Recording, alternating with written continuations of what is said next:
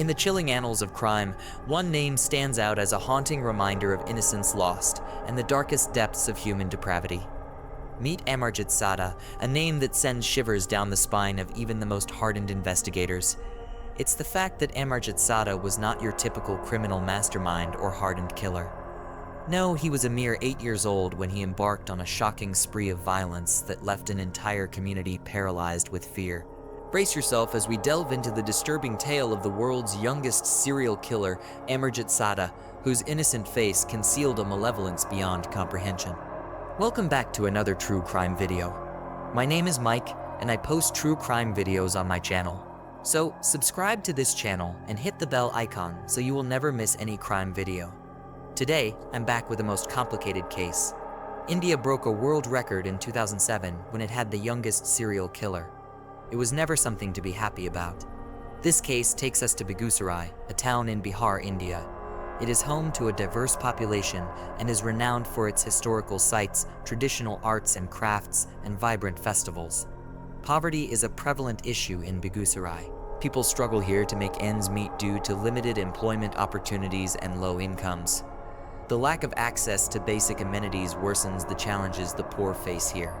Amarjeet's low-income parents rejoiced when he was born, hoping he would lead a happy life and bring good vibes to everyone he met.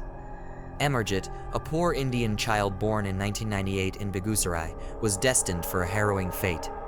With his mother Paru and father Balaram unable to provide basic living amenities, Amarjeet faced many difficulties. Once he reportedly told his mom, "Paru, I want new toys." His mom gave him a bare embrace and said, "Son, we are poor. We have no money for new playthings." Amarjeet distanced himself from his mother and pouted. Amarjeet is a quiet and shy child, living away from the trouble of making friends. Finding solace in playing with trinkets and exploring the village, he spent his days climbing trees and engaging in activities he could do alone. The story proceeds when his Aunt Meena and 6-month-old cousin arrive, and his family has to look after them. As family members, when his aunt visited, she explained that she had a job in the city and needed a temporary place for her 6-month-old baby to stay.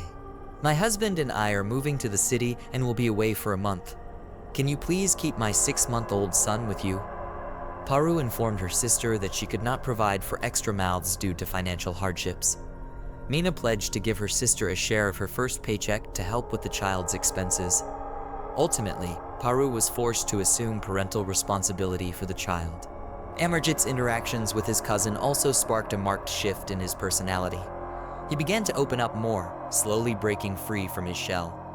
The little boy observed similar movements of 2 babies of the same age, but he had no bond with her cousin. A few days later, his aunt left, and Paru left Amarjeet responsible for 2 babies, his cousin and sister. She had given him to care for the babies while his cousins slept deeply. A horrifying incident took place at that time. With his mother away at the local market, Amarjeet's dark side arose as he wanted to do something for his self-satisfaction. As the young boy looked at his sleeping 6-month-old cousin, a mean urge took hold of him. In a disturbing feeling, he began by pinching and slapping the infant, finding delight in the baby's cries with each act. Amarjeet's boldness grew as he tried to choke the baby by encircling her delicate neck to have more fun. He wanted to enjoy stopping her breath, so he did the same thing. Amarjeet felt no regret for his cruelty because he was also an 8-year-old child who knew nothing about it. It made him happy, and his horrifying laughter is a haunting reminder to those present. During her effort to breathe, the baby lost her life, but the boy did not end it, not stopping there. He went into the deep forest and returned with a brick, aiming to finish his cruel task.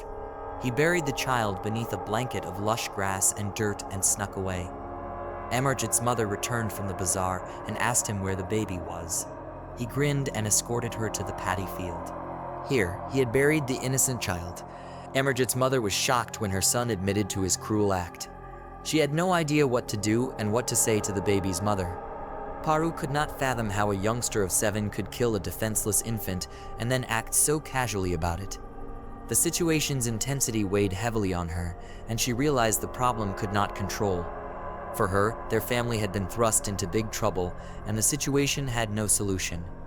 Also, Amarjeet happily told his father Balaram, "I smashed his head with a brick," when Balaram got home from work. When Balaram saw what kind of monster his son had become, he slapped him and could hardly believe it. Emer's father had no choice but to punish him physically or beat him badly. The situation was horrible for them, and they did not know how to overcome its after effects. They might face severe consequences as per their parental love. Amarjeet's parents made a fateful decision.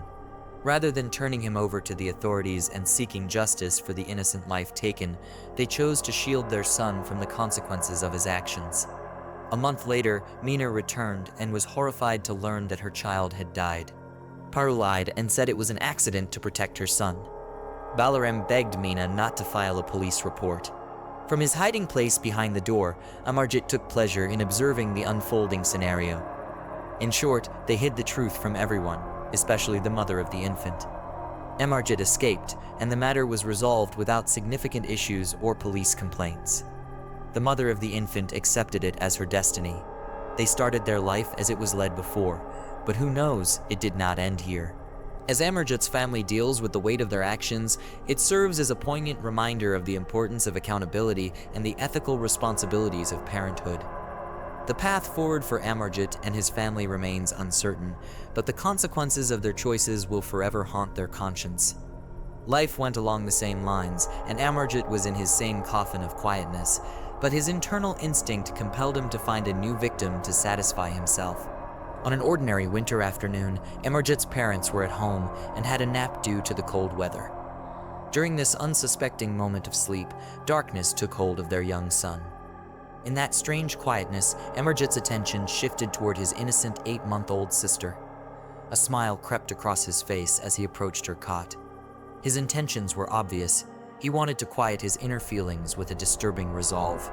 He gently lifted the baby girl from her cot, unaware of the dreadful act he was about to commit. He repeated the same actions that he had done before with his cousin, but without making noise. The boy choked his sister's breath and let her die of shortness of breath. His mother woke up from her sleep and wanted to feed the baby. The extraordinary quietness in the entire home alarmed her.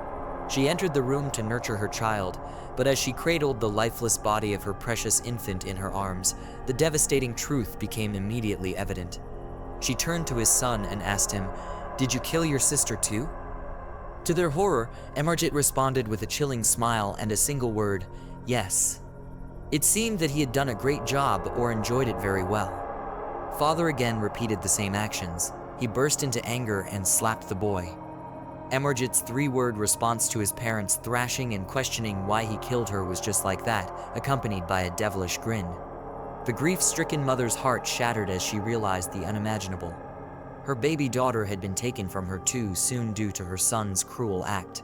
The loud cries disturbing their home's quietness were replaced with a profound silence. The weight of the tragedy consumed her as the reality of losing her child at the hands of her son seeped into her shattered soul. In this traumatic moment, a family was torn apart by unspeakable horror. The result of this unimaginable tragedy would forever haunt Amarjeet's parents. Their lives were forever altered by the loss and heartbreak that now defined their existence. As news of this unthinkable tragedy spread, the anxious neighbors, aware of Amarjeet's actions, insisted his parents hand him over to the police. Understanding the intensity of the situation, they advised that justice could be risky for the lives that had been irreversibly affected. However, their parental instinct stopped them from handing over their kid to the police again this time.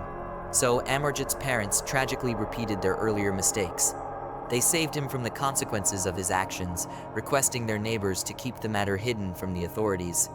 The shocking facts surrounding Amarjeet's cruelty were no longer normal things. However, the boy was showing his calmness and quietness to others, but it was a shocking thing for his parents. With every passing day, Amarjeet became more and more intent on his own terrifying game. Much to the disappointment of his parents, their neighbors in the surrounding area leave this issue as if it was their personal affair. They took no interest in the matter and left it to their decision. Life went on the same way once again, but no one paid attention to the boy and did not think of his future act. On the other hand, Amarjeet is again alone with his inner feelings and instinct to find fun. He was doing the same activities such as playing with trees calmly, looking at people quietly, and spending time alone at home. He was just a 7-year-old boy, so people forgot about the incident related to him. His parents were again busy meeting their basic needs and facing life's challenges. But a new incident is waiting for them again in 2007. Amarjeet's cruel actions turned even more sinister as he claimed his third victim, an innocent infant tragically caught in his web of darkness. This time, however, his dreadful act was witnessed, leading to the long-awaited exposure of his evil. One day, while lazily wandering around the local school premises, Amarjeet's eyes fell upon a baby under the tree. The 6-month-old Khushbu child lay peacefully sleeping as her mother, Chunchunde, was working nearby and left her for a while. Amarjeet took it as a new chance to have fun, thus he stayed there to find an opportunity. As soon as he saw her mother absent there, Amarjeet made his move, lifting the unsuspecting infant from the safety of her stroller. He took the child named Khushu into the adjacent forests, and Amarjeet's heart filled with a chilling determination. With a cold feeling, he brought a rock crashing down upon the innocent child's face, taking her precious life instantly. The echoes of this cruel act resonated through the quiet grove as Amarjeet heartlessly buried the lifeless body under the shrubs in the forest. He completed his work in the same way as he did before, but this time, Amarjeet did not know that his act had not been unnoticed. As soon as Chunchunde returned and found her baby, it made her worried about her daughter. It was a small village where people were concerned about each other, so everyone started searching for the baby. Sooner or later, someone noticed that Amarjeet was walking holding the girl. This was the moment for Amarjeet's sinister deeds to be laid bare before the eyes of justice. The police were called with a sense of urgency and responsibility. Police accessed Amarjeet, bringing an end to his actions of horror. Police officers asked him about Khushbu, and he laughed whenever he was asked about the girl. He laughed as he enjoyed it. At last, he said, "Give me biscuits, then I will tell you." It was a strange reply to the police's question, but a policeman bought a biscuit packet and gave it to him. After eating them, he smiled and said he hit the baby and left her sleeping in the forest. Later, he led police to the place where he buried the girl and said that she was sleeping there. Police found the buried body after digging the ground. It was shocking for everyone that a child of about 8 years could do this cruel act. Afterward, he confessed his earlier crimes as well.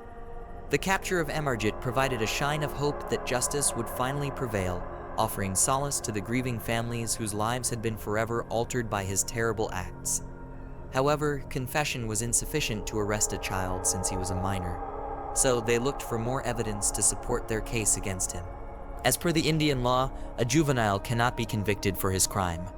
The reason for it was his age, as he was too young and not an adult yet. As per the laws of the Indian Penal Court, he would be kept in the juvenile remand home. Juvenile court is for those teenage criminals who need training to be good citizens. They are trained in the rehabilitation centers with the programs. Those criminals who are released into reintegration programs have some chances to groom their personalities. Reintegration is a famous program in the world. In some programs, juveniles are monitored in their homes. They have to wear a monitoring device on their ankle. This program is called home confinement. It is called a house arrest program. They are monitored by the police officers at their residences with the help of the transmitting device. They can attend employment, religious services, school, and doctor's appointments. During the police investigations, it was evident that the boy's attitude was abnormal. For example, he smiled or laughed at inquiring about the lost children. He never refused or denied that he did not kill them. He admitted the crime and stayed calm during questioning. These things led law enforcement authorities to contact psychologists before making decisions. Thus, they called on experts and had sessions with the boy. Psychiatrists who assessed Amarjeet Sada shed light on his confusing case, suggesting that he might be afflicted with a behavioral or conduct disorder.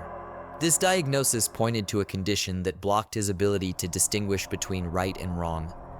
Those psychological issues led him to become a serial killer. Every time he enjoyed killing, it made him more robust for the subsequent murder. He was facing a mental disorder in which he did not know he was doing something wrong. He had no idea about sin or virtue and right or wrong. He enjoyed telling it to others because he had no senses or emotions.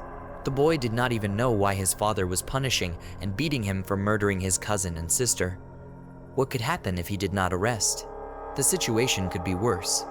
If the boy did not arrest, with each murder, his sadistic tendencies would likely have intensified, and his failing mental state would have reduced him to an increasingly uncontrollable force. the potential for him to evolve into a full-fledged serial killer appeared. Where is Amarjeet now? He was taken to the Munjir in Bihar. It is a high-population city in East India. After getting 18, he might be released, since there was no information about it. How is he spending his life now? There's no information about it. We hope that he may be having a happy and normal life. That's all from my side. Remember to like and subscribe to our video if you have learned something new. Also, please share your views about this case. We will return with a new topic for you. Thanks for watching.